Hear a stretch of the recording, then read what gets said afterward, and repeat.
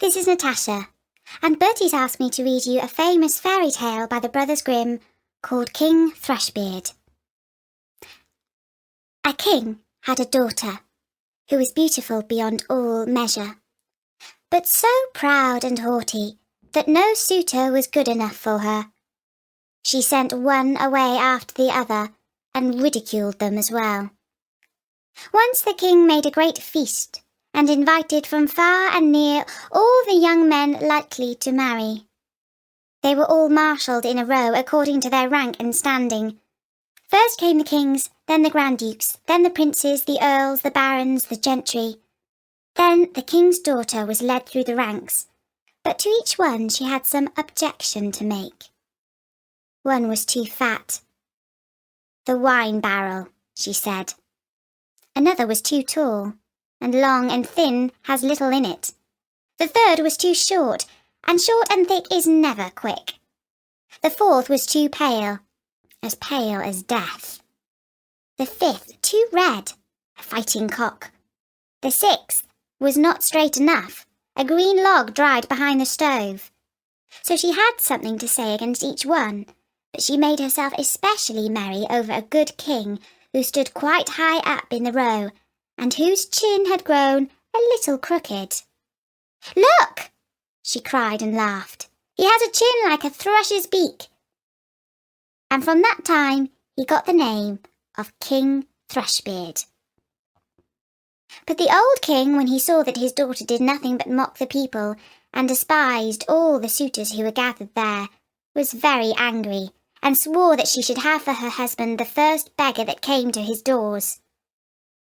A few days afterwards, a fiddler came and sang beneath the windows, trying to earn a few pennies. When the king heard them, he said, "Let them come up."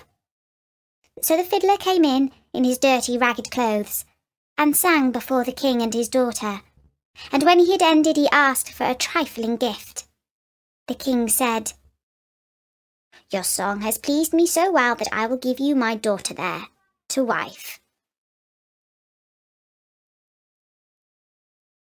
The king's daughter shuddered, but the king said, "I have taken an oath to give to you the very first beggar man, and I will keep it." All she could say was in vain. The priest was brought, and she had to let herself be wedded to the fiddler on the spot. When that was done, the king said, "Now, it is not proper for you, a beggar woman, to stay any longer in my palace. You may just go away with your husband." The beggar man led her out by the hand, and she was obliged to walk away on foot with him. When they came to a large forest, she asked, "To whom does that beautiful forest belong?" "It belongs to King Thrushbeard. If you had taken him, it would have been yours." "Ah, unhappy girl that I am, if I had but taken King Thrushbeard." Afterwards they came to a meadow, and she asked again, "To whom does this beautiful green meadow belong?" "It belongs to King Thrushbeard. If you had taken him, it would have been yours." "Ah, unhappy girl that I am, if I had but taken King Thrushbeard." Then they came to a large town, and she asked again, "To whom does this fine large town belong?" "It belongs to King Thrushbeard. If you had taken him, it would have been yours." "Ah, unhappy girl that I am, if I had but taken King Thrushbeard."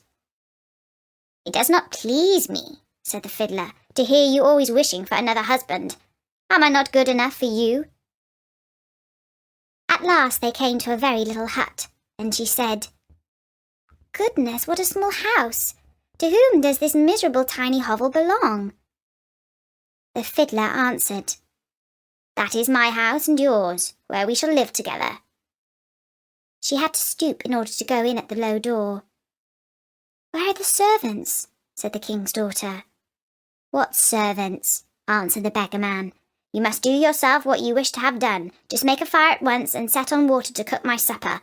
I am quite tired." But the king's daughter knew nothing about lighting fires or cooking, and the beggar man had to lend a hand himself to get anything fairly done. When they had finished their scanty meal, they went to bed, but he forced her to get up quite early in the morning in order to look after the house. For a few days they lived in this way as well as might be, and came to an end of all their provisions. Then the man said, "Wife, we cannot go any longer eating and drinking here and earning nothing. You must make baskets." He went out, cut some willows, and brought them home. Then she began to make baskets, but the tough willows wounded her delicate hands. "I see that this will not do," said the man. "You had better spin. Perhaps you can do that better." She sat down and tried to spin, but the hard thread soon cut her soft fingers so that the blood ran down. "See," said the man, "you are fit for no sort of work. I have made a bad bargain with you. Now I will try to make a business with pots and earthenware. You must sit in the marketplace and sell the ware."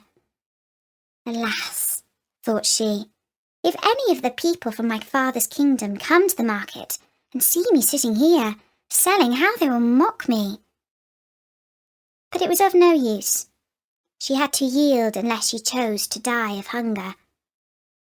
For the first time, she succeeded well, for the people were glad to buy the woman's wares because she was good-looking. And they paid her what she asked.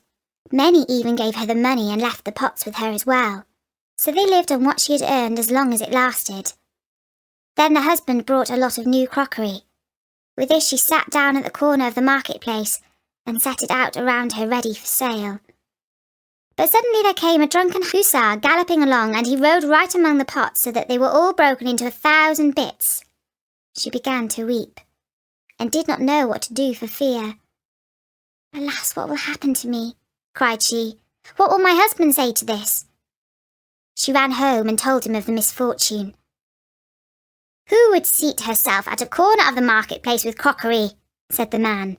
"Leave off crying. I see very well that you cannot do any ordinary work, so I have been to our king's palace and have asked whether they cannot find a place for a kitchen maid, and they have promised me to take you.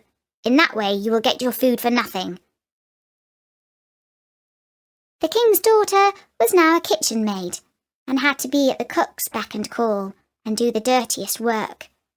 In both her pockets she fastened a little jar in which she took home her share of the leavings, and upon this they lived. It happened that the wedding of the king's eldest son was soon to be celebrated, so the poor woman went up and placed herself by the door of the hall to look on. When all the candles were lit and people, each more beautiful than the other, entered, and it was all full of pomp and splendour, she thought of her lot with a sad heart, and cursed the pride and haughtiness which had humbled her and brought her to so great poverty. The smell of the delicious dishes which were being taken in and out reached her, and now and then the servants threw her a few morsels of them.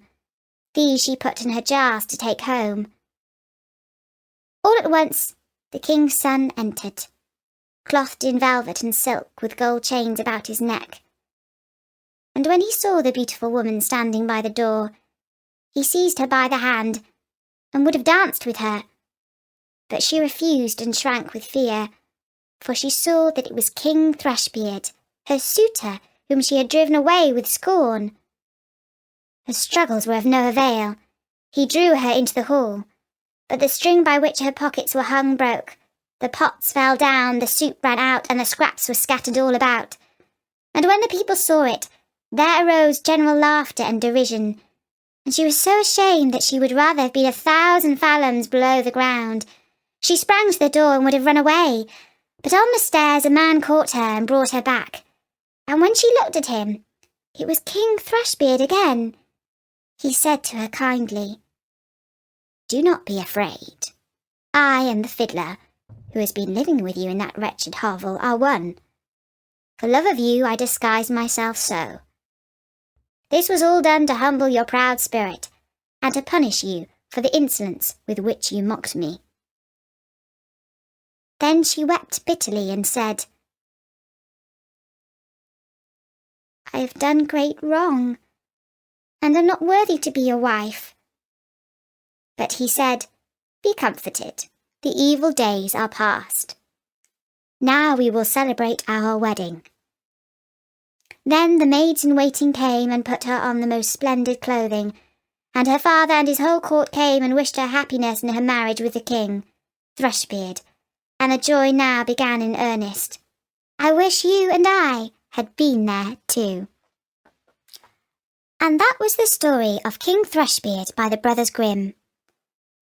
Bertie says that this plot is a little bit like the play called The Taming of the Shrew by William Shakespeare. I do hope that you enjoyed it. There are loads more fairy tales and lots of original stories too at storynori.com. Bye for now!